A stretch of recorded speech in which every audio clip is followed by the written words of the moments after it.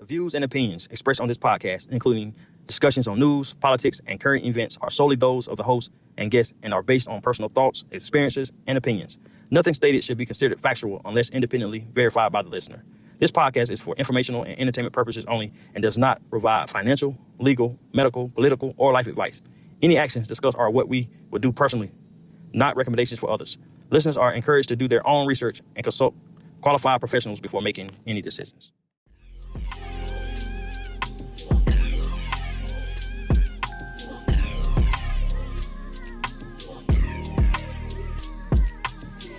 Welcome to the Impel Forward Podcast. It's me again today, Renee, without my co-host, Leon. He's actually in the back, so you may or may not hear him if he has questions. And as we end Women's History Month, I thought I would bring you some more beautiful, educated Black women today. So we have Patrice Parker. We have Daisha Banner in the middle here. And we have Carmen Settles here, and they are all business owners in their own right. So I thought it would be great today to kind of speak with them because in addition to them being successful business owners, they also partner together. So ladies, welcome to Impel Forward Podcast. Thank you for having us. Thank you, friend. Are you guys excited to be here? Super. Absolutely. Mm-hmm. Are you guys ready for these questions? Yeah. Mm-hmm. Ready. Yeah. You ready? Let's go. Okay, so what I'm gonna do is this is how it's gonna go. I have individual questions for each one of you guys because of course you guys all have individual businesses, right? Mm-hmm. And then because you guys work together, I have what I have called shared questions that pertains to all of you guys, you three together. Okay. And how you guys create magic. So I'm going to start with Patrice since she's further down from me. Go ahead and introduce your business and what you do. All right. Hi, I am Patrice Parker. I am the owner of the West Room Raleigh, which is an event venue. I also am the owner of Glitz and Gloss Kids Pamper Parties and Events, both located in Raleigh. Yeah, that's me. That's you. So I want to ask you, how long have you been a business owner? Since about 2010. Really? Yeah. What was your first business? Glitz and Gloss. So I started Glitz and Gloss as a mobile spa party business Mm-hmm. in 2010. Mm-hmm. How did that kind of transition? It was a good transition. It moving from mobile to a storefront was different. Mm-hmm. Challenges, just trying to figure out how to maneuver when you're going from being mobile to having a storefront is interesting and different, challenging. Learning how to get people to come to the business rather than going to them. But it has been great. I can't complain. We moved from a smaller space to a larger space where we are now. And I moved there in 2011. So I was in a smaller space because I wasn't sure how the storefront business was going to go. But in about 6 months, I outgrew it and had to move to a larger space, which is where we are now. Mm-hmm. And how has it been kind of maintaining or juggling two separate businesses? It's been good. It's been good. Literally the clientele comes from the kids' parties a lot because people are like, oh, she does parties, but now she does adult parties. So it kind of transitions from that. Mm-hmm. Now, I want to go back and kind of talk about you having the mobile business, starting your business, and then kind of moving to, I guess, a brick and mortar storefront, right? Mm-hmm. As far as like funding, how did that work? Or did you kind of use the money yourself? I am actually self-funded. Okay. Yes. Friend? I was blessed to, my husband actually had his own business when we first started. And from that, he funded my business. And here we are today.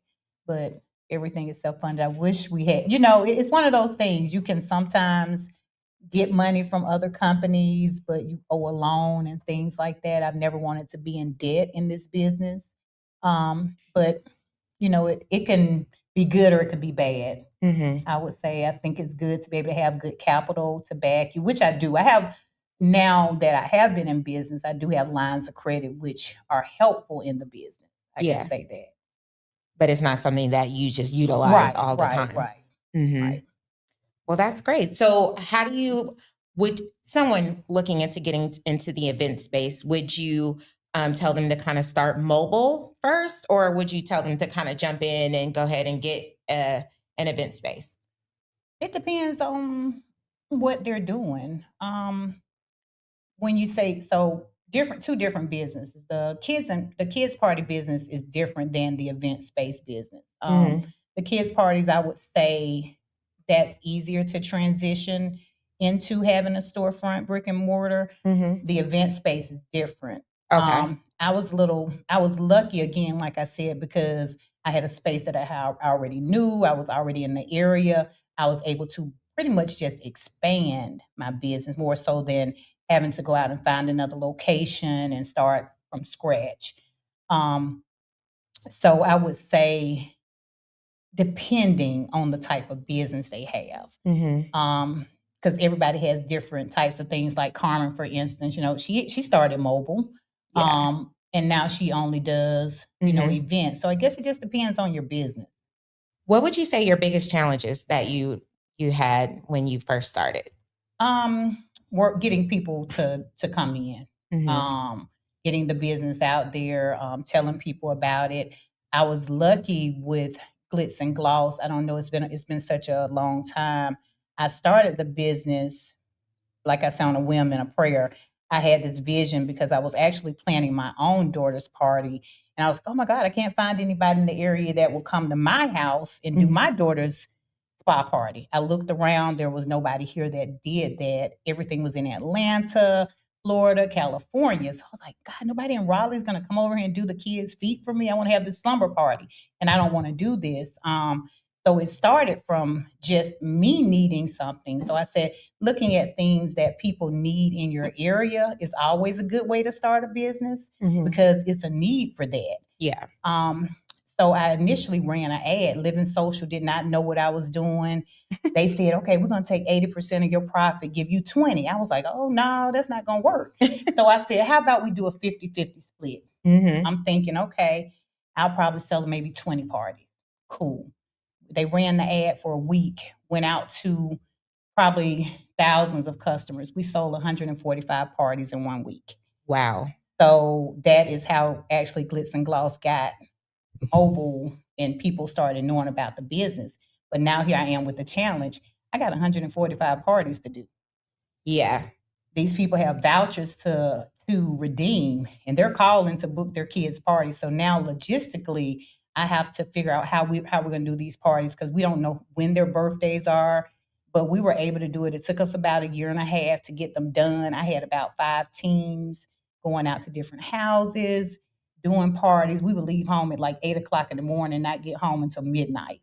Really? Yeah. So it was a lot of work with the mobile. So the brick and mortar actually eased my business because now I don't have as much overhead as I did with the mobile. Yeah. And a lot of people don't know that you have a full-time job. I do. And you're still doing these, on the weekends. And how many parties would you say that or events you would do average during the week? On a weekend? Yeah, on the weekend. Depending. Typically Glitz and Gloss about 4 to 5 parties on a set. I do Saturday and Sunday only. The West Room, I only do Saturday and Sunday. So you're looking at maybe 6 to 7 events a weekend. And then sometimes, of course, I go out and I do other events. So pretty busy. Wow. My last kind of question for you until I move on. Do you remember your most memorable event? Oh man. I love them all. I can't say they're all different. I mean, it's not one that's any more memorable than the other. I would say my first event is my most memorable. I always look back at those pictures and I look and I say, what in the world was you doing? All that fabric. All that fabric. Yeah. I look at those events and I say, yeah. So what's next for Glitz and Gloss in the West Room? Expansion, opening up other locations for Glitz and Gloss. Definitely love the West Room, and we'll get to that. But Glitz and Gloss is definitely the business baby of this. A lot of people don't even know I own Glitz and Gloss. Not in, Yeah. you know, everybody's like, oh, she owns the West Room, but Glitz and Gloss is actually where it started. Mhm. And it keeps them busy because people keep having babies. Yes. Because I think a lot of people, when I speak to them, they're like, oh, the West Room, or a lot of times they're like, oh, Glitz and Gloss. Yeah. So I think it's so funny. It's like, oh, here I am, and let me go next door. Oh, great to meet you. Yeah. Yeah. But Welcome. the expansion, franchising the business is what's next for Glitz and Gloss. Definitely love the West Room, love doing the events and stuff, but I just want to turn the key and let people have their parties. That's where we are with that side. So. Mhm. Well, there you have it. More to come with Yes. Glitz and Gloss franchising. We love that. Yes. Yes. Black women in business. We love it. All right, Daisha, you ready? I am. You As are? ready as I'm gonna get, girl. Yes. Well, go ahead. Tell the people. I am Daisha Banner. I am owner and founder of A Glass Above. So we are a mobile mixology and beverage catering firm. We provide all of your beverage needs, whether it's alcoholic or non.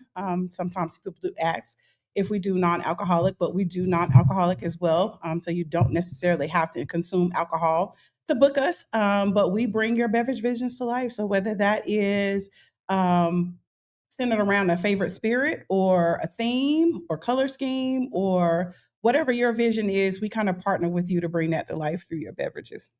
I love that. You're the go-to beverages friend. I am. Mhm. Tell the what you people, think? how'd you get started? I got started with bartending because my son was younger at the time. And as a single parent, I did not want to keep telling him no. I was working in nonprofit. I worked in nonprofit for 17 years. And as he was getting older and getting more involved in different things, I wanted to be able to fund that because nonprofit is a labor of love. It does not pay as much as I would have wanted. And so I was just kind of in a rut, and I was meeting with my supervisor and some friends at work, and they were just like, we got to find you something that brings you back. You're a little different. And I didn't know what that was at the time. But I saw some friends of mine who were bartending, and I reached out to them and just kind of asked them, because part of it was that I didn't want to be on a schedule per se. Yeah. I wanted to be able to determine what my schedule looked like, because he was also very active, and I wanted to be a part of those things too. So if I was on a particular schedule, then I would still be missing the point because I would still miss his events. And so I reached out to them and just kind of chatted with them. Both of them gave me good feedback on that they enjoyed it and just was like, try it out. So I went to bartending school. And initially I didn't do anything with it.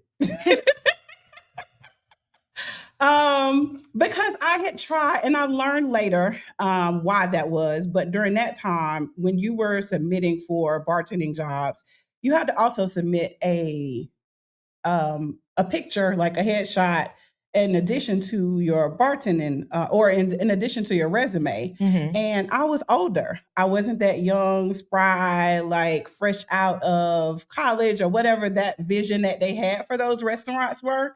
So I didn't get a lot of feedback back. I didn't hear a lot back. And so I was just like, I'll just put it to the side for a little while. I did start at a chain, and I was like, this ain't it. So then I started doing it for a staffing agency. I found my way into staffing agencies that were doing these events. Really? So And- that's a real thing? Yeah, I Wow. started out with the staffing agency, and I started in a bar there, and they were like trying to place me into these leadership roles and wanting me to gather all the other bartenders and all that kind of stuff, because they were younger too, you know. And so it was kind of like this leadership role, and they give you a couple of, extra dollars to do that. But then I was like, well, I'm looking at these events, and I'm like, okay, it's a little discrepancy here. Like, y'all getting a lot of money off of these events. And these people are paying top dollar for these events, but what's trickling down, I don't feel like is the same thing. Yeah. And so that's when I was like, let me think about this. Let me figure out how I can do this on my own. And I just got on these little makeshift websites. Well, it's not makeshift. I won't say that. I got on this website. It was a gig website. So they had everything from musicians to balloon artists to guitarists to all these different people, but you could put your services on there. I went on there and people started booking. Mm-hmm. And anybody that I knew that was having an event, I was telling them, like, I bartend now. Like, let me mix something up. I mean, cook out anything. I was like, taste this. So everybody was like, okay, girl. But that's kind of how it started. And I never looked back. I started figuring out, because I'd heard that this area had a lot going on. Yeah. But I didn't know where those people were. I felt like, where are these people? So I met some people and they were like, I never heard of a mobile bar service. No, I never heard of bar services in general. And my friends laugh at me, but I'm always in a class or something like that, because I was like, I got to figure out how to do business well, because I don't want to just have a business and just be out here. So that's where I learned to do market research. And I started researching some of the other bartending services. And the reason that people had never heard is because none of them looked like me. Mm-hmm. The people who were working them looked like me, but none of the people who owned them looked like me. And so I was networking in our communities. And so people had never heard of my services or services like mine, because this was 10 years ago. Yeah. So of course now you can look up and there are tons of mobile bar services, but back then there weren't that many of them. And so I took a year and just was like networking, like going out, meeting people, talking to people, and just kind of figuring out, navigating the space and taking classes. Mm-hmm. They used to laugh at me all the time, but I do take You're a class. a forever student. And I am. I'm a forever student. I'm going to take a class. Mm-hmm.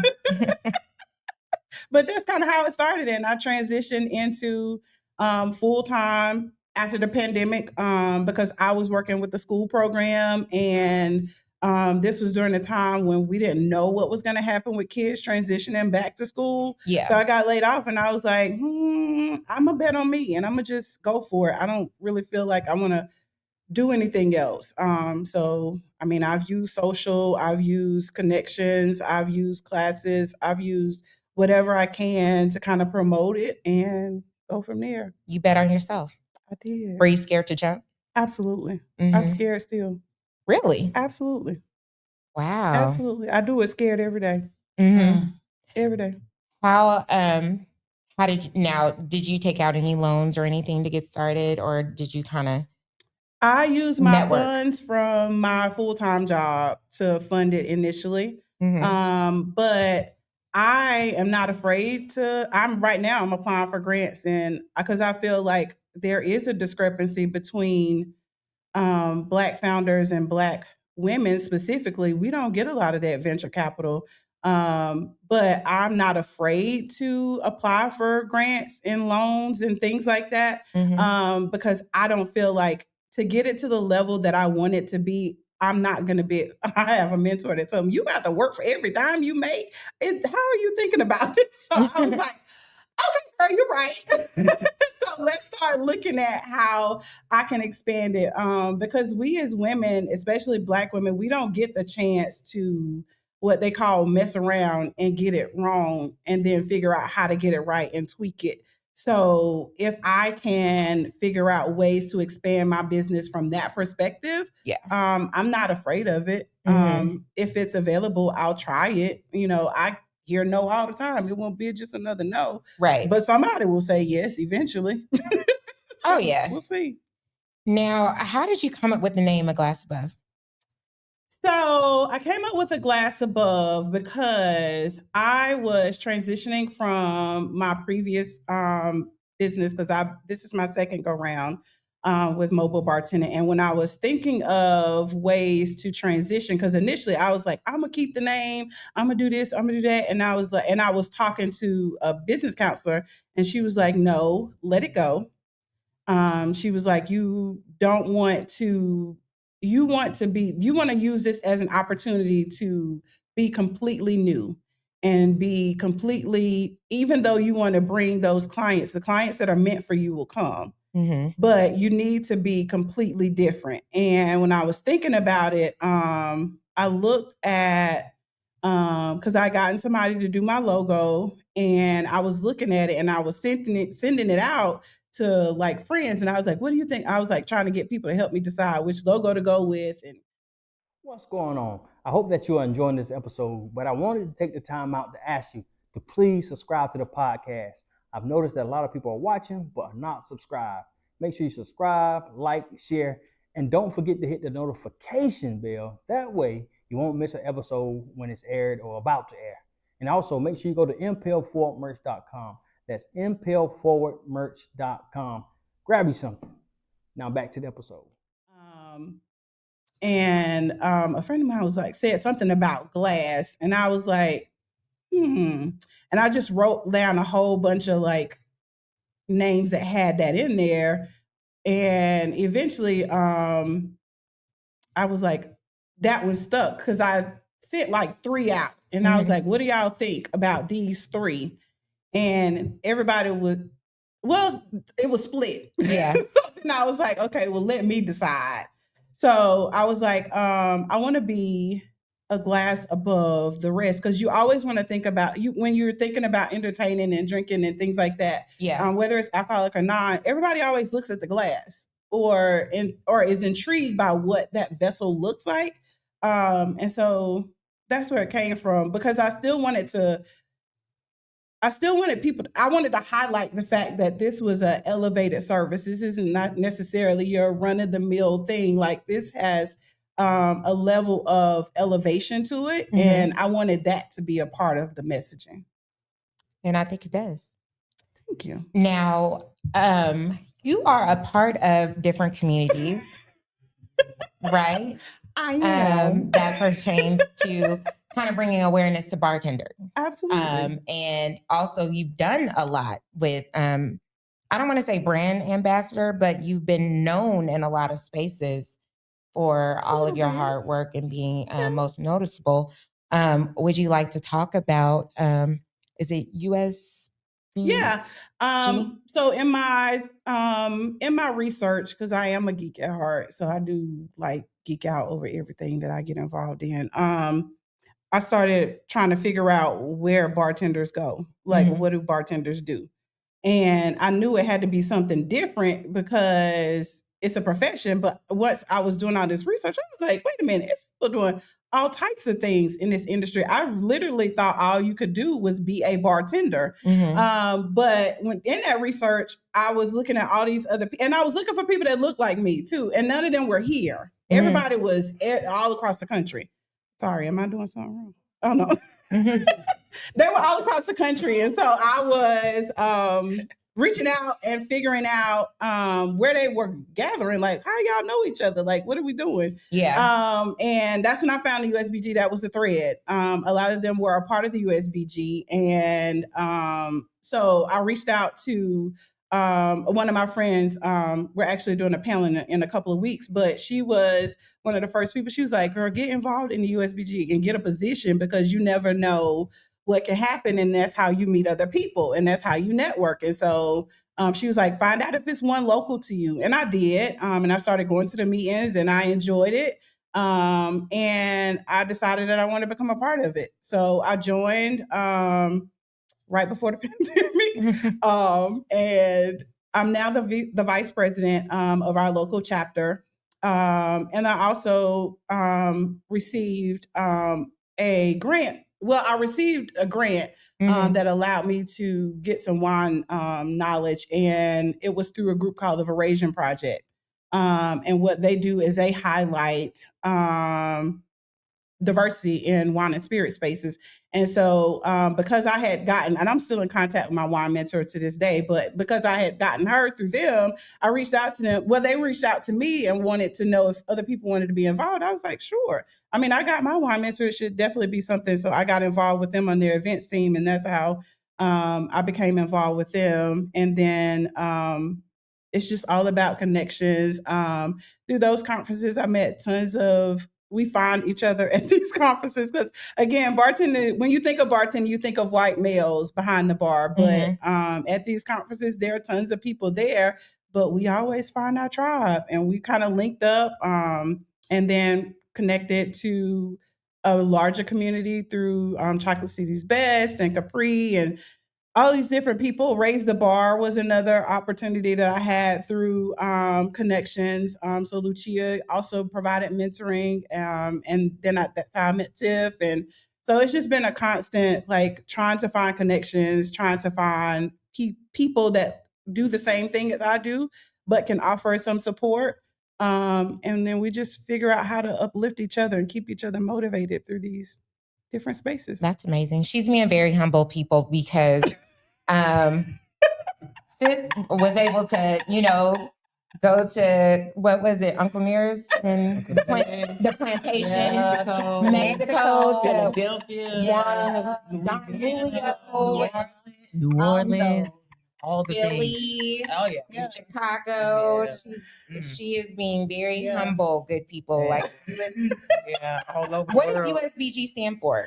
USBG is United States Bartenders Guild. Okay. And okay. basically We got it together. it's kind of like a union for bartenders. So we do support things for bartenders. So whether that is, there are brands involved, so there are brand events, there are cocktail competitions, there are skill set things. So they do webinars or in person. They also do activations and things like that. So yes, I was able to go to Mexico in January for a Don Julio experience. And that just reminded me that I want to do more of those types of things. But it was definitely great to be in another space where our thread is that we enjoy the same things. Like, we all over the country and all over the world, because the global ambassador like sat down with us and walked us through their entire portfolio. We got to tour the distillery. We actually got to go to the agave fields and actually see it from the beginning to end. And like, our connection was just that we were people who enjoy this industry. Same thing with Chicago. That was through the Verasian Project. So again, I was able to go to Chicago and do a signature for they have 3 staple events that they do throughout the year. Beyond the Glass is one of those. So they're fundraisers, because those fundraisers fund the other programs. So they have immersion projects. They have all sorts of mentorship programs. So because historically, wine has been more of a, how do I say this politically? Wine has kind of been not as welcoming to people of color over the years. And so their mission is to kind of ease that. So in Chicago, tapped into, I think it was 12, we had 12 African-American chefs that showcased their dishes. They paired them with wines, and it raised money for the other projects that they do within them. Raise the Bar was funded through the Uncle Nearest Foundation, and that was a part of a larger scale of us wanting to fund different projects. And so we all had a capstone project. Mine was a glassware. And so that kind of motivated me to like really think beyond being behind the bar. So it definitely lived up to the title of Raise the Bar, because it made me think outside of my box of just being, and there's nothing wrong with just being a bartender. So I don't want to say just being a bartender, but being behind the bar, expanding what you do, and living beyond the craft that we do can carry over into different areas. And so that's kind of what that program was about. But it put me in a different mind frame. And I want to leave a legacy, because I can not necessarily say that my motivation for wanting to be better has dwindled in any way. Now that my son is old, he was my initial, and he's still my motivation, because there's still work to do right with him. But it just kind of expanded what I want to do, and kind of thinking about what's next and what's in addition to, because I never leave bartending alone. I love that part of it, but it just adds a different aspect of what I want to do. So my next venture is creating that glassware line. That was going to be my next question. What's the vision for Glass Above? The vision for A Glass Above is definitely expanding our partnerships, creating spaces, showcasing that we can do business well, we can make beverages, we can shake and stir wherever in different, and elevate that. You know, it doesn't have to be it can be anything you want it to be. But with me, the glassware line initially, well, the bigger picture is I want to connect. I've spoken to a couple of folks on the continent, and part of my vision is to create a space for those artisans to help me create this glassware line, because the feedback that I get is that people come to the continent and take, but nobody ever gives back. Their wineries, their distilleries, and all those things are based there. But the people who actually like physically work in those spaces, they don't get the recognition. And so I want this to be part of that. But we're starting local. I've partnered up with a local glassware studio, and we're developing what will be the first iteration of it. There'll be 2 iterations eventually, but this first iteration is going to be a luxury glassware line, and it's not necessarily something that I saw coming, but it's something that I can't. It won't leave me alone. Yeah. So I feel like this is what I'm supposed to do next. I feel that. I saw your deck, so you know. I heard your presentation. Shout out to Lucia because it's still working. My deck is still working, girl. Shout out to Tiff because she's actually the one who was like, you talk about this other stuff, but something's different when you talk about glassware. And I've always loved glassware, and I've always been intrigued by it, but I never thought that it was something that I would do per se. I would just buy it because I like them. So this is I shout out to Emily, who is entertaining my bullshit. Like if I say, let's do it this way, she's like, okay, let me work on it. And she'll come back and we'll look at it and we'll play with it. And I appreciate her for her help in this. And so anybody who wants to fund us, we are accepting funds. Thank you. I love how you network, and you check in with your people, and you stay in contact. I think that is one of the great things that I really love about you. I have heard that often. I am an empath to a certain extent. Like I want to know how my people are feeling. And I don't ever want people, I've felt used before. So I don't ever want people to feel like, oh, she just came around here because she wanted something. She got what she wanted and then she left. So I don't ever want people to feel like that. So if I have connected to you in some way, then I am going to see if you're okay. It might not be every day. And it definitely has time between check-ins. But know that if I'm thinking about you, I will reach out. Yeah, I agree. Guess who's up next? Chef, you ready? Hey, you ready? I'm ready. Stay ready, so you ain't got to get ready. Let's go. Tell the people. I am Chef Carmen. I am the owner of Full Street Wings and Full Street Catering. We started off as a food truck, so that's why the name is Full Street Wings. Currently, we do catering. We do private dinner parties, public dinner parties.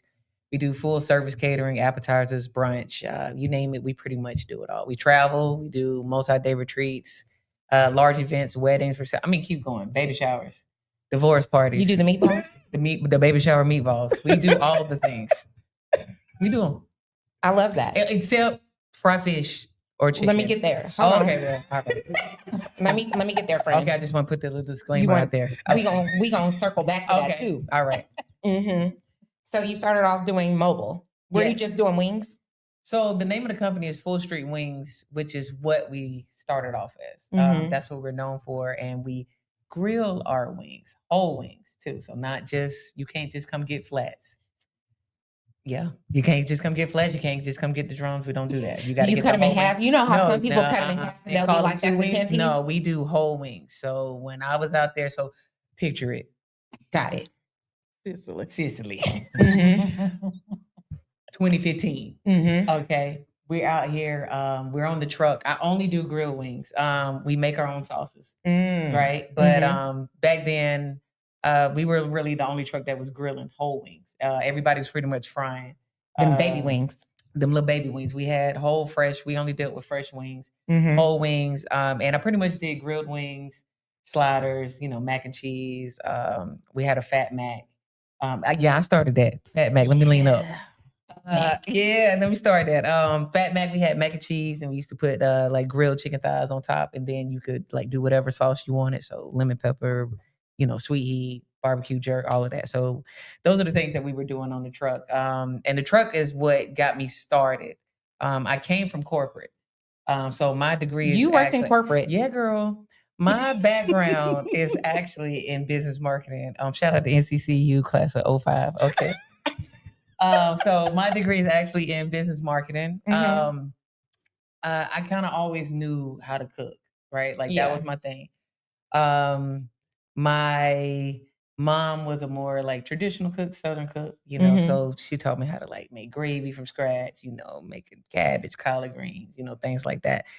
My dad was more adventurous with Mhm. the cooking, but he's the one that put me onto the grill first. Yeah. So me and my dad bonding outside was kind of what got me going with the grill. So he would be like, you tall enough to see the meat, you flip it, you cook it, So that was my thing. So I was just kind of out there moving meat around on the grill, and I just kind of learned. I fell in love with, grilling, right? Mhm.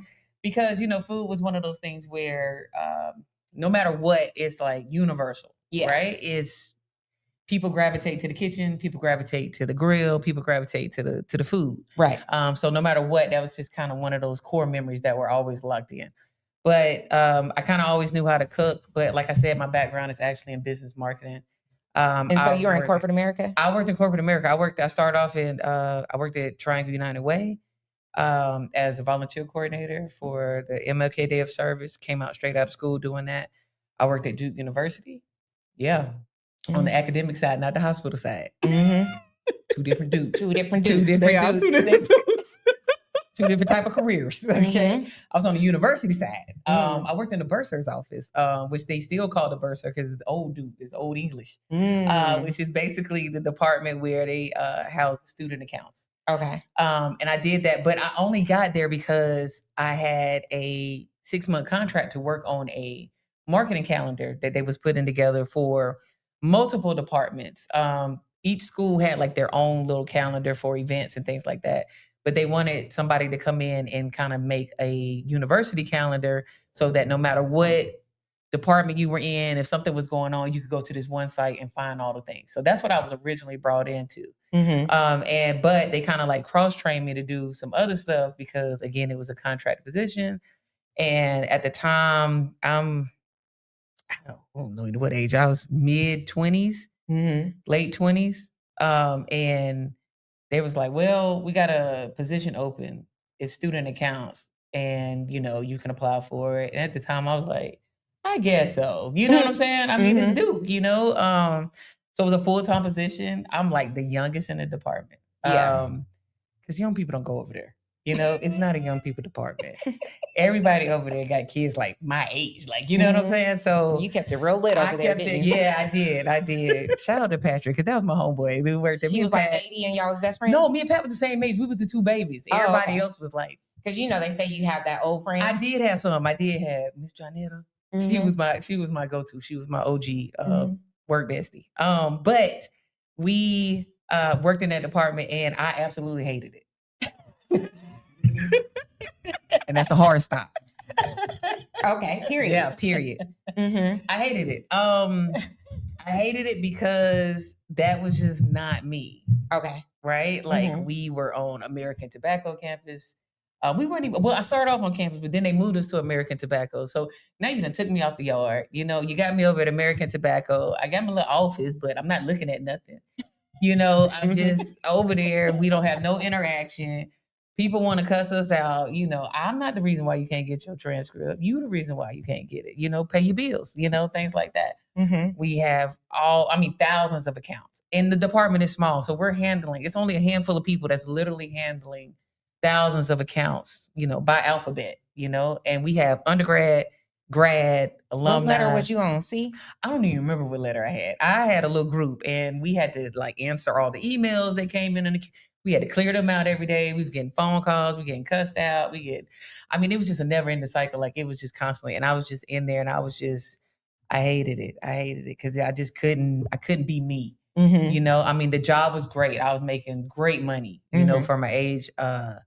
You know, at the time, no kids, you know, just in the apartment living my best life. You know what I'm saying? We're making crazy money. But it was like the job was not fulfilling me. Mm-hmm. I'm definitely a people person. I didn't get to get with the people. I was just on the other end. Nobody knows me. They just know the person they talking to, right? Mm-hmm. And so, you know, that's kind of was the motivation that I needed to start a food truck. And so I said, I'm gonna start a food truck. And this was like right when food trucks were kind of like really picking up in the Raleigh area, Raleigh Durham area. And so I said, I'm gonna do it. And I was like, we doing it. And I started it. And I was like, I'm gonna go out there and I'm gonna just give me a food truck. And I did. Did you with your own money? With my own money. Because let me tell you something. I had tried to go get me a little SBA loan. And get that. That's great. I tried to get me a little SBA loan. But I had just recently, like within a couple of years, I had just, you know, got the house, right? Yeah. So at this point, I'm married. We got a house, right? And my daughter at the time, she's like 4, going 5. So we hadn't been in there long, right? We hadn't been in our house. And I was like, I'm gonna be a little long because I want to start this food truck.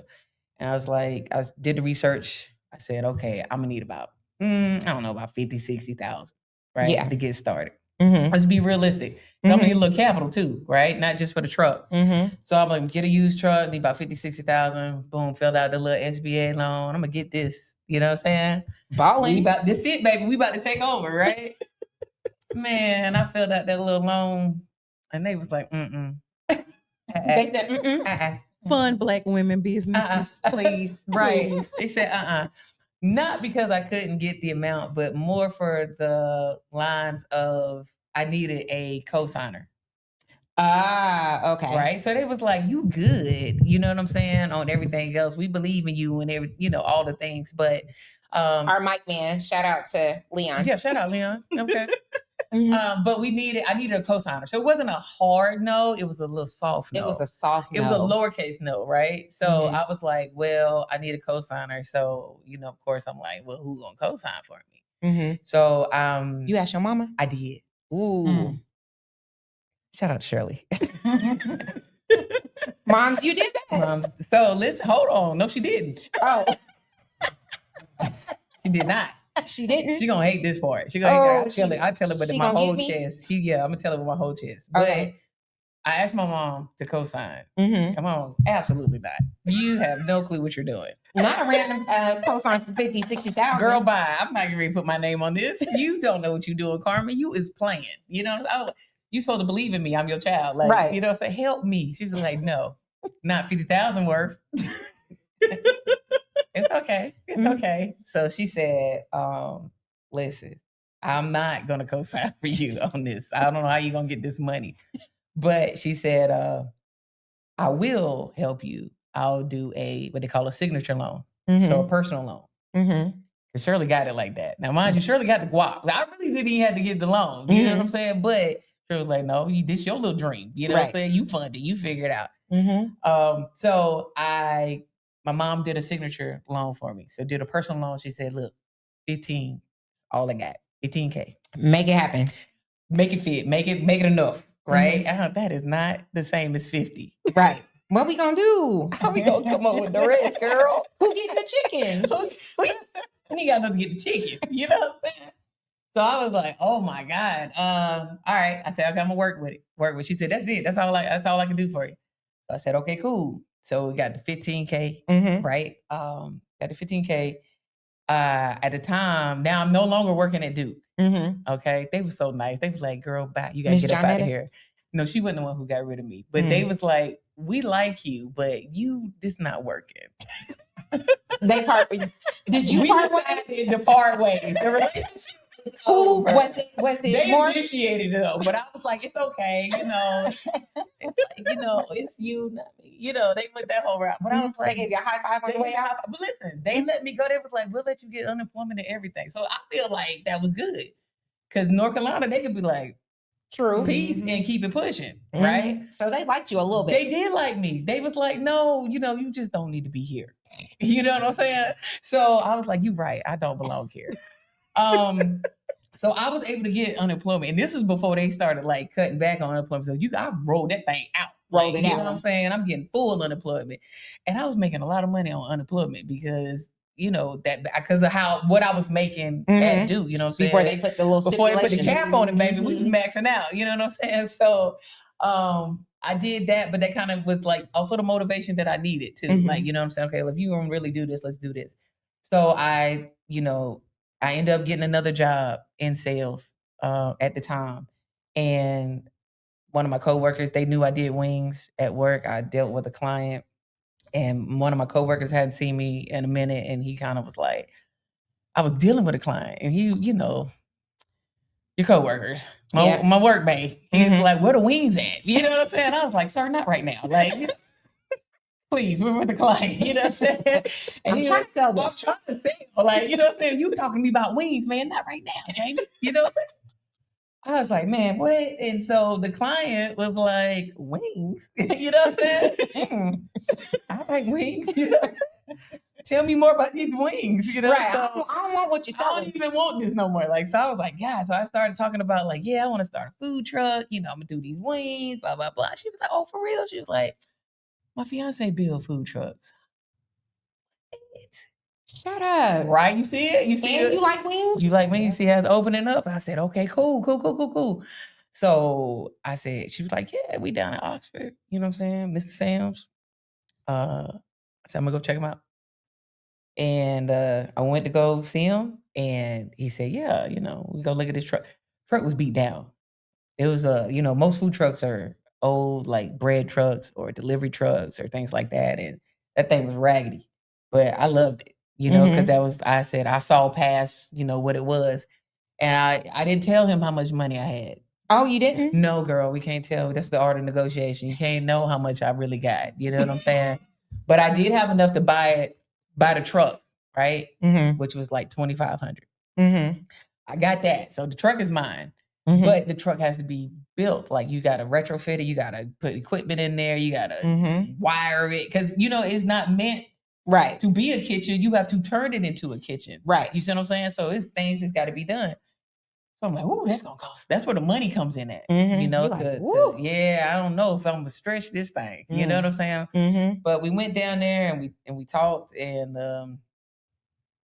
my husband was down there with me, right? We went to go look at the truck. We got to go back to Durham. I picked my daughter up from daycare. And he was like, I'll let you know how much it's going to cost. Now, you know when somebody say, I'll let you know. Ooh, that's a lot. Man, why you can't tell me that? Right. How come y'all know? Why you don't know? Man, what, look at it. Tell me what. Let me know something. You know what I'm saying? Before I go all the way back over here and you got me thinking I'm going to get something I can't get. So I was like, he about to come with a crazy. Don't even text me. Now, mind you, let's keep up with the story now. 15,000 is what I had. I done spent 2,500 on the truck. So 15 minus 25. That's that. All I got is 12,500. Okay. That's it. That's it. I got nothing. Lord, you can't go 12,500 or 1. We can't do it. Because we got to buy the chicken. We got to buy the chicken. I ain't got no chicken money, right? And the grease. And yeah. So we get back to Durham. He said, Miss Carmen, I'm going to call you and I'm going to let you know. I said, okay. So I got the truck. I don't know what I'm going to do at this point because I got this truck. And Miss Shirley want to know what's going on. And she don't even know. She don't even know. And so he finally calls me back. He's like, I like you. You know what I'm saying? Right. I like you. And I like your vision. I like what you're doing. He's like, how much you like I'm me? like, how much do you like me, Mr. Sam? You like me like this? You like me like this? Like, you know what I'm saying? So he was like, no. He's like, I want you to win. You know what I'm saying? I want to help you out. As man say, I'm gonna have your truck ready for you in like 3 months, ready for inspection. You're gonna be good to go. I'm build everything out. He say it's gonna cost you $12,500. That's all the money. Bing. Message. Yeah. $12,500. That's all I had. Mm-hmm. That man said he'll build it for $12,500. You like, I got to do it. Gotta do it. I gotta do it. The Mm-hmm. universe say you doing it. We doing it. We doing it. We doing it. 12,500 was the number. We'll figure out the groceries We'll and figure stuff out later. the 01 later on. But that man said I have you ready at 12,500.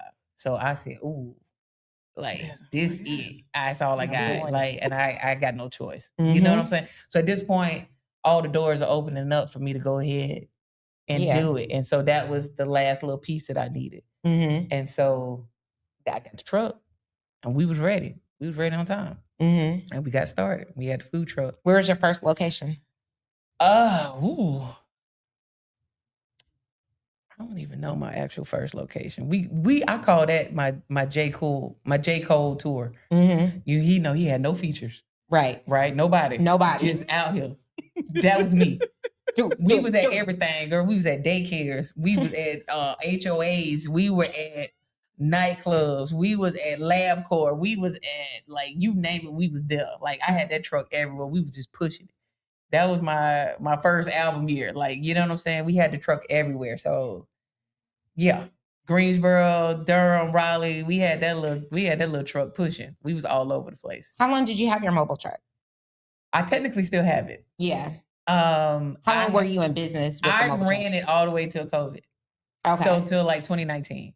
And I stopped running the truck because of COVID, because, we couldn't do the big events anymore. Right. But, I was kind of already at that point starting to like kind of transition to like get into more catering and stuff like that. So that's kind of when I stopped. I mean, I pretty much paid for the truck, after putting everything into it and everything like that, paying the loan backs and all. So, I mean, the truck was paid for like within the first like 3 years. Yeah. Like easily. Oh, we was making money. Yeah, no, I wasn't playing.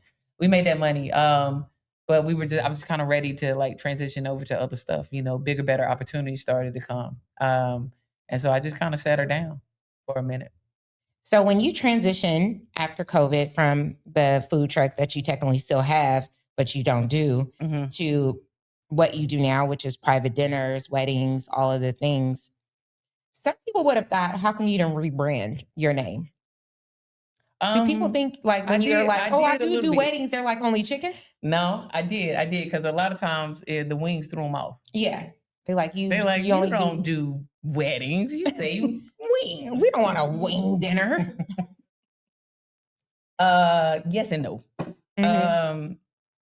I'm Full Street Wings to a lot of people. I'm Full Street Catering to a lot of people. Full Street Wings is what got me started. Yeah. Full Street Wings is the food truck. But as I transitioned from wings to more events, people started noticing me for things that wasn't wing related. Yeah. So it was like, kind of a marketing thing and be like, okay, well, let's kind of like subset and say we're Full Street Catering. So Full Street Catering is all the things. And now when somebody asks for wings, you're like, I was gonna say, I ain't never ate one of your wings. I'm crazy because I like wings. Yeah, so much more. Like to me, I'm like, I can do more than wings. Like, you know what I'm saying? I think I've proved myself. I'm more than just wings now. You are definitely more than just wings. I'm Full Street Catering, but I'm also Full Street Wings. But there are a lot of people, so I kind of still like, I keep the name because I like, I kind of pay homage to the fact that that's where I started. That's where it got me going. But like the Full Street part is still there. And it's a play on, when, Southern hospitality. So when you come over to my house, when you come on my street, you're going to leave full. Right. So that's like me. That's my love language. I feel like when I came to your house, I only had Bojangles. That's because we were going on a trip and we was on a tight schedule. Okay, we did not have time. I'm just wondering, like, because you always up early, so you didn't make us breakfast. Yeah, no, I'm not going to do that. Okay. So how are we going to leave full? We didn't get breakfast. You left full, didn't you? You had a biscuit. Okay, friend. Okay, move. Next question. So what's your new ventures? You do catering, you do weddings, you do private dinners, you do, all the things. What is new for Full Street Catering? Whatever opportunities that come my way is going to be new. I've definitely learned on this journey not to put myself in a box. Yes. I've definitely learned to, I thought at first, like I said, wings, I thought I was going to be up there. We getting out the hood with this one, right? I just knew the wings was going to take us out. And now I don't even want to do it. Right. Yeah. Deluxe apartment in the sky. That's where I thought we was going with it. But I realized that, sometimes your initial dream is really only here. Yeah. Right. And you think that that's where your cap is at.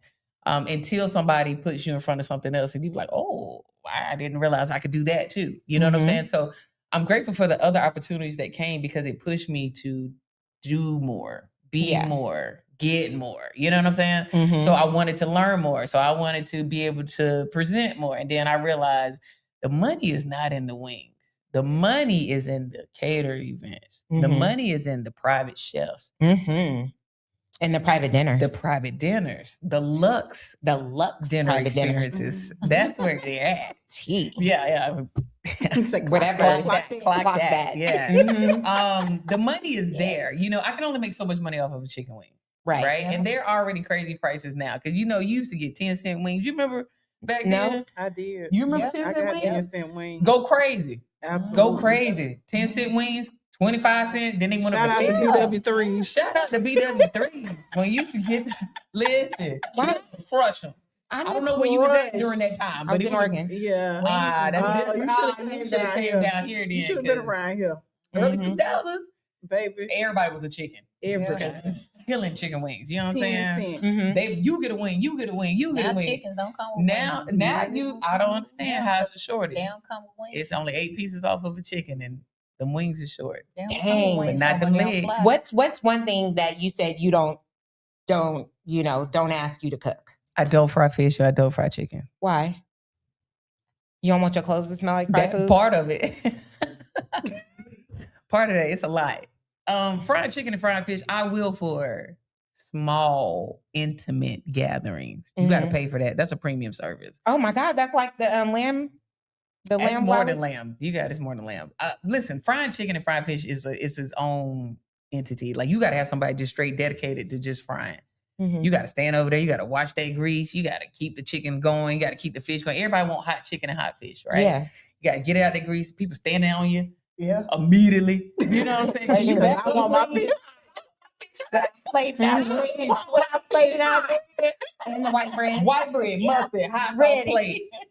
Just ready. Like you be like, please. Can I please? You know what I'm saying? Then everybody looking at you because the pressure on. Now you can't overcook the fish. You can't undercook. Yeah. It's too much, you know? And then, like I said, something got to keep going. Then you might cross-contaminate because you don't want the chicken to taste like God, fish because people breathing on your neck. Then you got stuff going on and every 15 minutes, you got to get something hot and crunchy out there. It's just a lot of pressure. And I personally don't want to deal with that. So that is a personal choice. But anybody who fry... To the fry. Yes. Shout out to the fryers out there. But me, baby, I'm not a fryer. I don't want to fry. I'm pretty sure I've lost some clients because I did not fry, and that's okay. But a lot of times, we should be eating grilled. I know.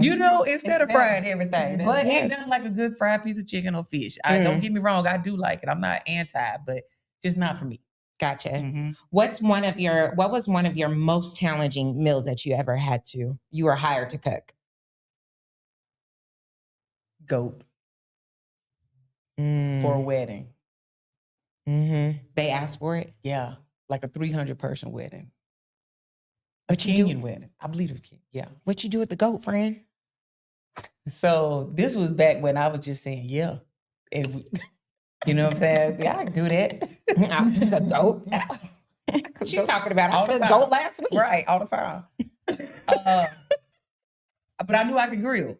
Okay, so step one, I know I can grill. Is goat supposed to be grilled? Yeah, you can grill goat. You can grill goat. But all the goat that I've ever had has always been stewed. That's what I'm saying. You know what I'm saying? Like curry goat, stewed goat, and stuff like that. But wanted they go grill. Because they was like, you grill. You gonna grill this goat. And I was like, okay. So I had to figure it out. I was in that thing taking notes, looking up recipes, watching videos. Like I was all in because I done told these people I could grill goat. They was like, we got everything else, but you the star to show you the goat. It was a lot of pressure. How many test kitchens did you do before you? None, girl. We didn't have time to play around. I had to get to it. Like, you know what I'm saying? And so I had to do the goat. Luckily, it was already butchered. Thank God it was already butchered, right? So it was already cut down. But when I went to go pick it up, they already had it like in the cooler. You know what I'm saying? So I had to go get it. And then, you know me, I'm coming to get the goat. They was like, oh, it's right there. That's like, the head, I don't know about no head. Like, it's on the grill, like. Right. Just goat head in the cooler. I was like, do y'all want this part? Like, that's a delicacy. Right. You know what I'm saying? So I was like, oh God, what have I got myself into? I was like, I'm going to do this goat though. I was like, because they wanted me to be like grilled chicken, grilled the goat. You know what I'm saying? So again, they was like, it was like a real authentic, wedding. And so they was like, nah, we ain't gonna let you play with the sides. You know what I'm saying? Like, but you gonna do this. I said, okay. And so, I grilled up the goat. And did you YouTube University to go? Here's the extra pressure on site. What? Yeah, on site. So I had to pull the big grill. So I got this big pig cooker. You know what I'm saying? The big ones on the trailer. I done pulled that bad boy down. We at the Armory, downtown Durham. I got the grill down there on site. So there's people there that can see me. Like I can't hide. I can't fake the phone. And I'm finishing up this chicken. I'm finishing up the goat right there on site. The wedding reception is about to start. And I'm like, oh man, here we go. Let's go. The bridal party is coming through where I'm at because they're going to come through the back so they can come in. So they looking. They smell it like they like, you know what I'm saying? Better not be tough. It better not. You know what I'm saying? Because girl, I'm like, all right. So the mother-in-law comes down. The mom, I think she was the mom of the bride comes down and matriarch. I was like, oh my God. So she's like, I'm going to taste this goat. Like right here. You know what I'm saying? And you like, I'm praying it up. You know what I'm saying at this point. And she tastes the goat. And I said, okay. And she tastes the goat and everybody looking, you know what I'm saying? Everything quiet the whole way. The world stopped. You know what I'm saying? Everybody breathing. You know what I'm saying? Because I'm looking, she looking. I'm seeing if she like it. And then she eat a little piece of that goat. You know what I'm saying? And then she's like... You'll never accept a challenge like that. You couldn't tell me nothing. Get off of me. Get off of me. You are the goat. Don't talk to me. I'm a goat. You know what I'm saying? Like, I was Bobby Flay, Iron Show, like, you know what I'm saying? Food Network star, all the things. Like, I'm the official goat griller. Like, you can't touch me. Like, you know what I'm saying? But that was like the most stressful like catering gig ever that I ever had. You know what I'm saying? But again, there's the kind of things that you need to kind of like push yourself outside of just saying, oh, well, I can only do this. Or, girl, I said Full Street Wings, not Full Street Goat. You know what I'm saying? Yeah. Who told you I could do goat? You know what I'm saying? You accepted.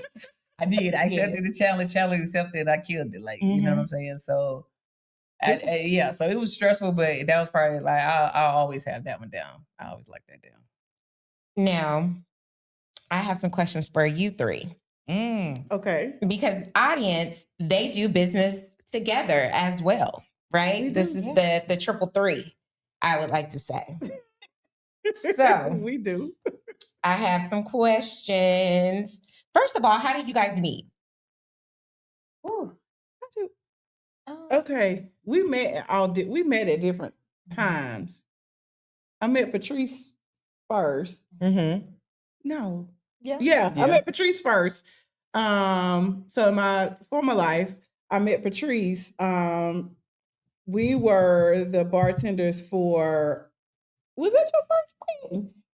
Actually, yes. Yeah, that was her first wedding and our first bartending gig.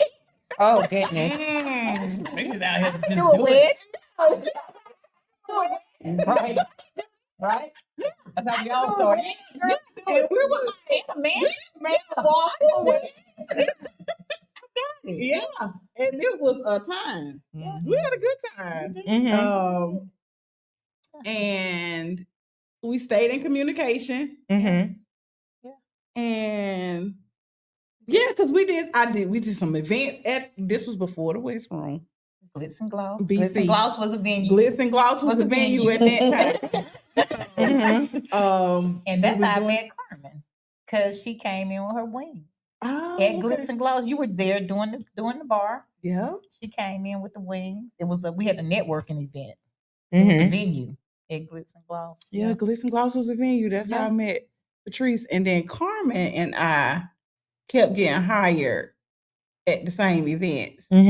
And one of the events, we was like, girl, we just need to do some stuff together because we keep seeing each other in the same space.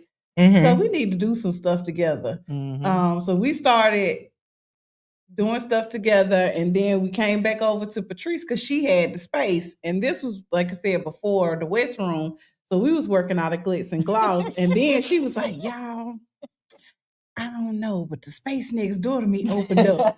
What y'all think? So we met over at the Glitz and Gloss, and she was like, they gave me the key to look at it. Y'all come over here and look at it and tell me what y'all think.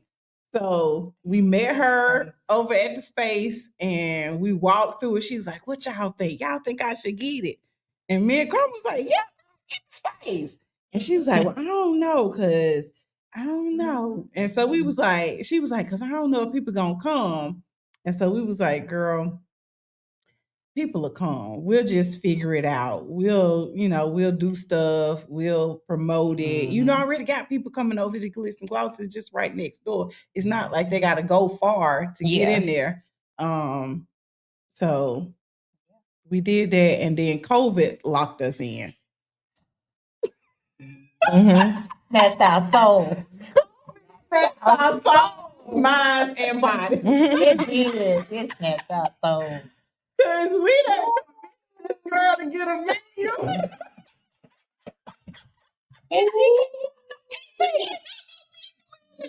Dang. So fun fact with that. So the conversation. My bad.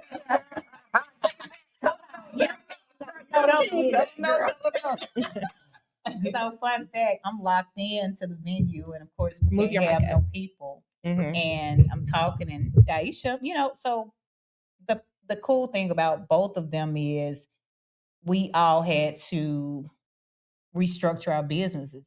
We had to do what we needed to do to stay in business. So I was talking to Carmen, I'm talking to Daisha. Carmen said, shoot, I'm about to go drop these wings off. She was dropping off meals. Daisha before Instacart. Let's put that out there. Before DoorDash. Before Instacart. We was DoorDash. People were at home. Daisha was making drinks and doing everything and dropping off. So they kind of changed their business model. Like, hey, I can't come to you. We was coming to you live, baby. Virtual cooking classes. Yep. Yeah. Virtual We did mixology. virtual. We did stuff in the West Room. We was like, hey, y'all can't be in here, but we in here. Yeah. I was like, girl, I said, I can't do no parties because people got to meet. Carmen like, girl, put that party in a box. In a box. Well, how do you do that? Put that party in the box. Yep. And lo and behold, I did virtual Glitz and Gloss parties in a box. I would ship the box, and we would get online, and the girls would do their facials online. So that is so neat. Yeah. You got to pivot. You had to learn. We had to figure it out because at that point we was all locked in. We was like, then they said we could have 10 people. We like, okay. You did 10. Increase the number. That's the number of people that be in here. We doing it.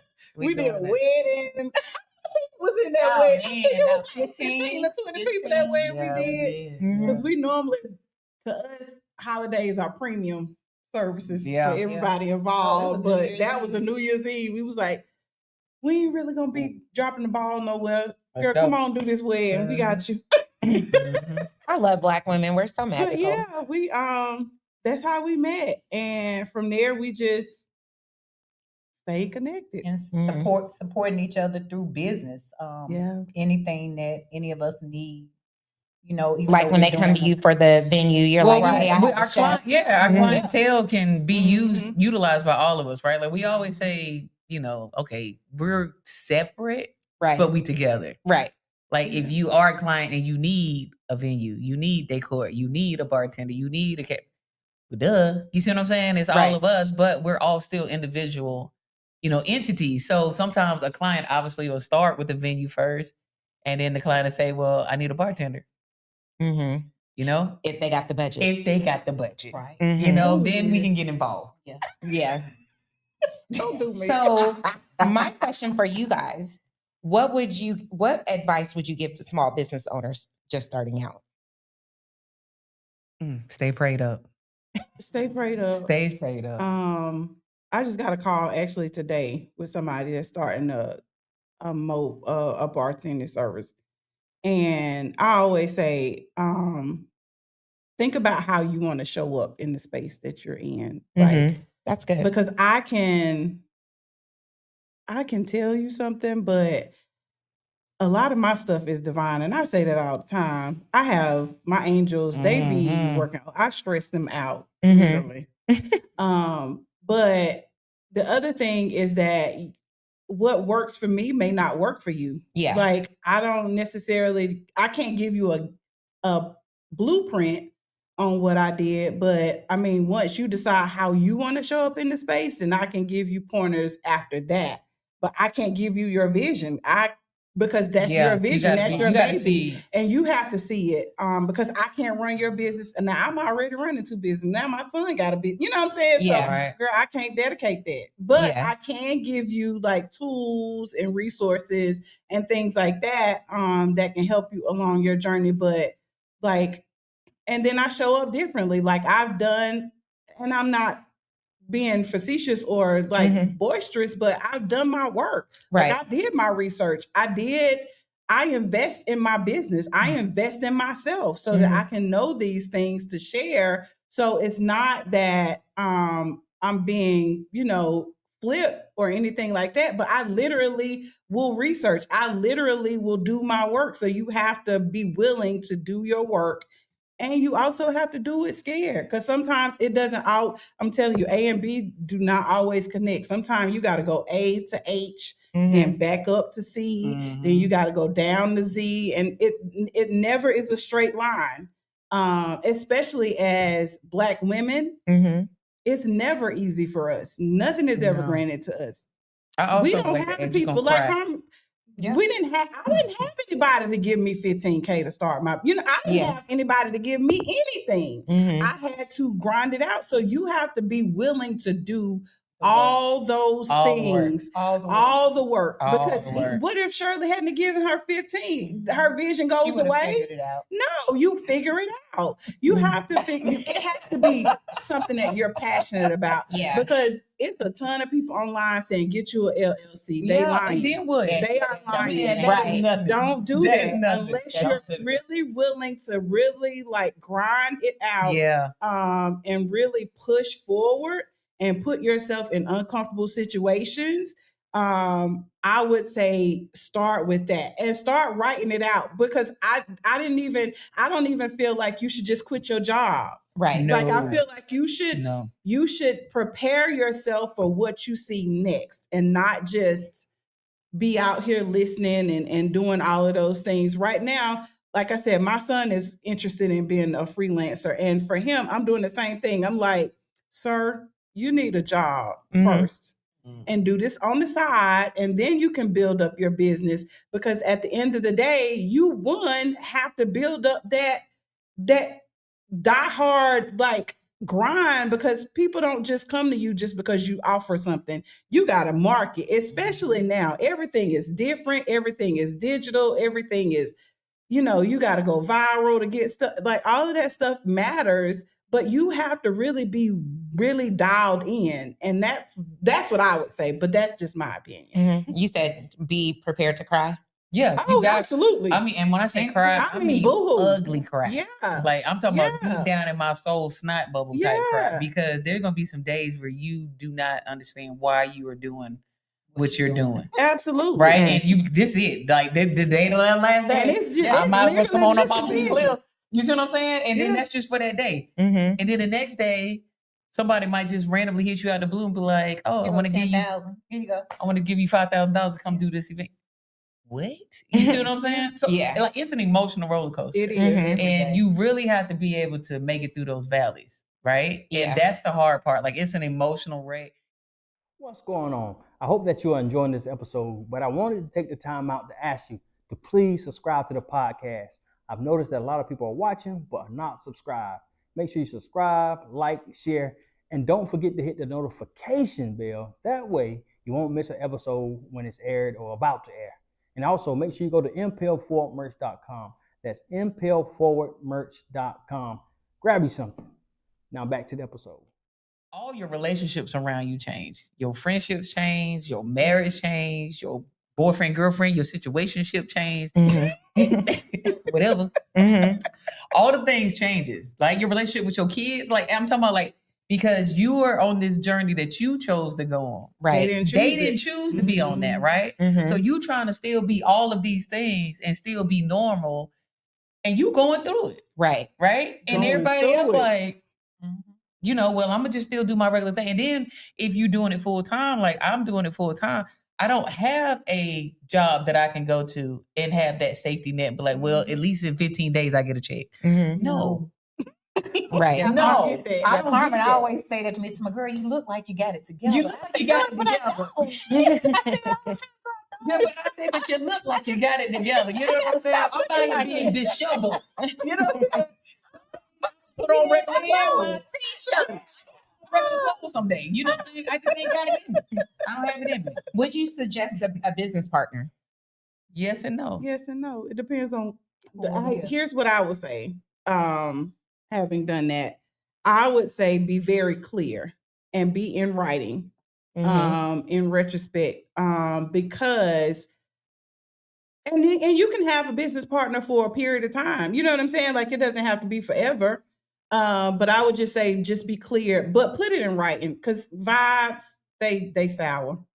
They do. Everybody They start sour. off friends. They do. And people have different. Work Everybody is different. Work ethic is different. Vision is different. Mhm. Yeah. And so the How more to that handle you do pressure, that, the how to more handle that you money, write it all down, that. Mhm. and everybody agrees to what is written down, it can be a great thing. And that's what I'll say because it can be a great thing, but again, you got to just be clear. Yeah. Everything has beginning. to be in writing. Yeah, Mhm. up front. Policies Yes. and procedures. Absolutely. Mhm. That's my Absolutely. favorite alert. Yeah. Policies and procedures. We gotta have that. Now you three work together. Mhm. Mm-hmm. Who would you say is the Is most? this messy time? Mhm. Who is the most difficult to work with Ooh, what you mean? Like on what capacity? when you guys are planning something? Oh God. They probably gonna say me. What you gonna say, friend? Can you see me? Can you read my mind? Who is the most difficult to work with when it Mhm. comes to planning an event? Mm-hmm. It's not the person who just spoke. Would it be my Chris? Yes, Auntie. I wouldn't say difficult. I am probably the one that's the most indecisive. No, I what her start out issue with a is- plan. No, it's and I not want that. all the things. No, it's not that. She comes with this grand vision, and then when it get down to it, and it ain't going the way she wanted to go, then she just turns into a monster, and then she like running around, getting mad at everybody. She's stomping around, Everybody walking on and it's eggshells. like, Right. this? Yeah. And then Because she we like, have fell out and a then, lot. yeah, and then me and Carmen will duck off and like stop talking to her. Then she be like, y'all, I got some popcorn. You want to eat? Y'all hungry? Y'all hungry? Hey, Y'all want to friend. go eat? What y'all Nah, want to do? get off me, Now 'cause I no. say me because I will start something, and then I'm a visionary, Mm-hmm. so I'll start stuff, and then I'll be like, I'm gonna just leave it alone, and they be like, no, we doing it. I be like, girl, we don't have to. It was a conversation between us. We could just leave it alone. You And saying they she be like, lying?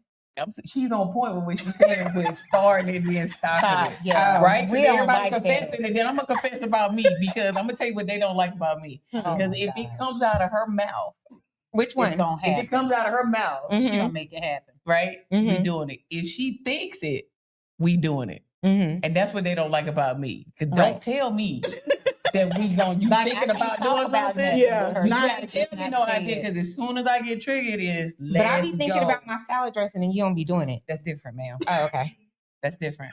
Mm-hmm. Carmen is, I'm gonna make you accountable for what I'm gonna make you say. accountable Yes. for it. Like, why not? Like, let's do it. I feel like we're all at a point in on our journeys, right? To where instead of sitting back waiting for opportunities to come, we can create our opportunities, right? And a lot of times is you don't know you're capable of doing something until you're forced to do it, right? Mhm. So why sit back and wait for somebody to book you for something when we have the ability to create what we want to do? We can showcase this.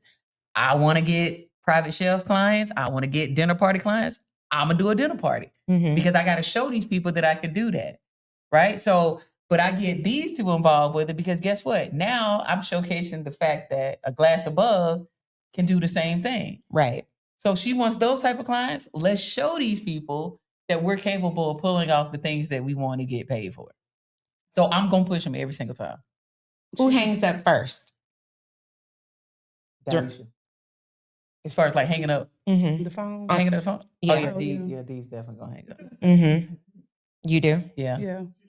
Mm-hmm. Oh, absolutely. Yeah, we I kinda get off the have- but phone. the great They thing like to about talk it is out. that I can't do it. But when you figure it out and you know how you work with people, Yeah. we get it. We just It's say, fine. okay, She okay. it's fine. We'll be And what back. we do is we put all the pieces together, the Mhm. puzzle, and we come back and say, hey, girl, this is what we doing.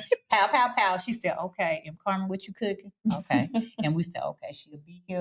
All right. And then she show up and she do her thing. So Yeah.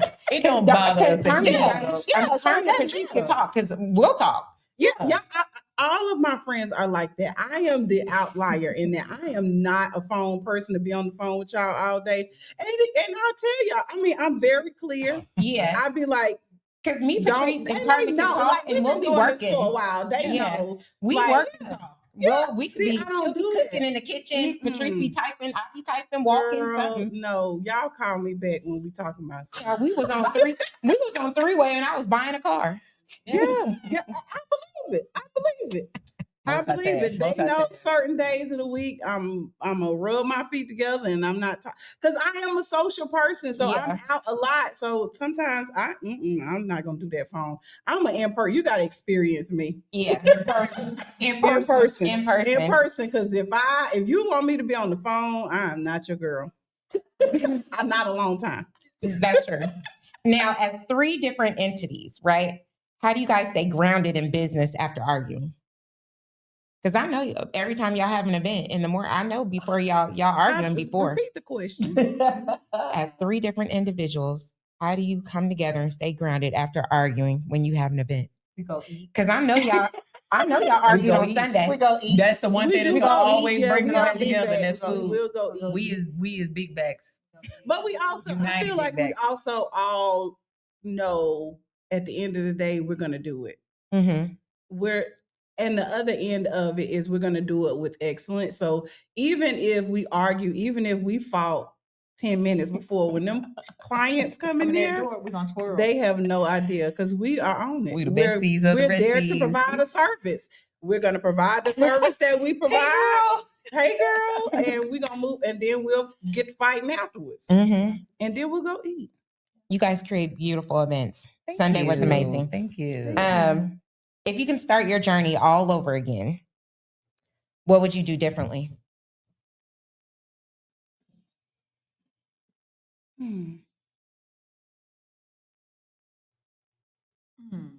I don't think I really changed my journey too much. I was gonna say that. I don't think I would change. I mean, Unless I have more money. That's the only thing I would say. More money. More money.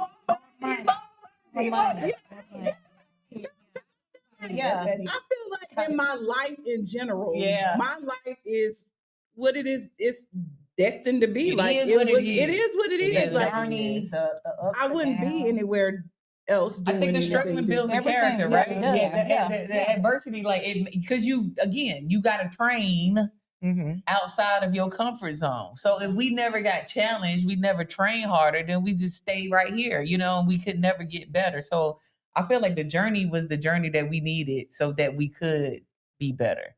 If it was just handed to us, then it's easy to walk away from it. Right. And again, you gotta want it. Like my mom used to say, how bad do you really want it? Would you be doing what you're doing if you didn't get paid? Well, yeah, because that's what I was doing before I actually got paid. Right. And now I'm like, these people pay me to do what I was already doing. Yeah. At the house anyway, you know? So that's just Except when I come over.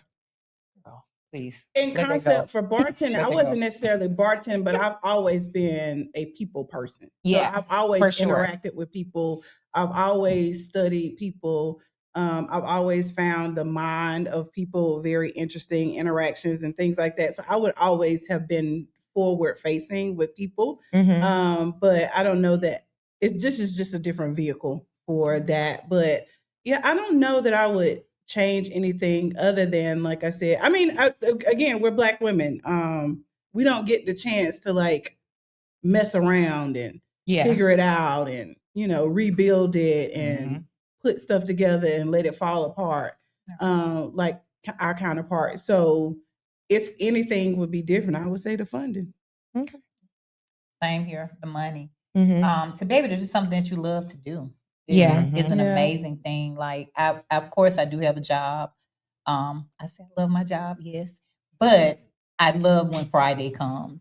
Yeah. When it's the weekend, when it's Saturday and Sunday, I can go in there and cut on the lights and twirl around in the pink room and glitz and gloss and put the table linens down. I can spend hours, working on events. I just go to work at the job. So, so what's next as we end? What's next for Glitz and Gloss West Room, A Glass Above, Full Street Catering? What's next? Sky's the limit.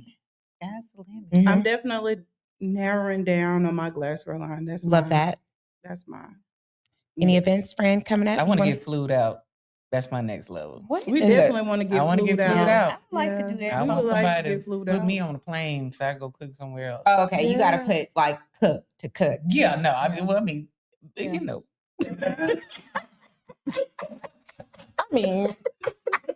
And on that note, that's a little bit. Hold on. Large scale event in other areas because we have done a lot here, but we can take our vision to other areas. I love that. But we are definitely ready to do some, and I'm just put this out here, some big excursions that we've talked about. Absolutely. We got a great itinerary person. Experiences. And a great manager. We got a great manager and a great itinerary person. I think it's time to do those. Do some excursions. We got this wine thing going on. Y'all gonna touch it. This how I get them, y'all. We got this wine thing going on. So this wine thing we got going on. Yeah, so we're about to get a whole big bus and we going out of the city. I said it live. We got more. Y'all. What we gonna do? Lunch dinners, more lunch dinners. Travel experiences, like we do it all. All of your corporate events, we are your people. For all the things that we want to make people enjoy themselves in different areas. So we're definitely, if you're looking to engage full experiences. Yes. From decor. Well, cheers, ladies, to Black-owned business. Cheers. Cheers. It's all right. Clink, clink.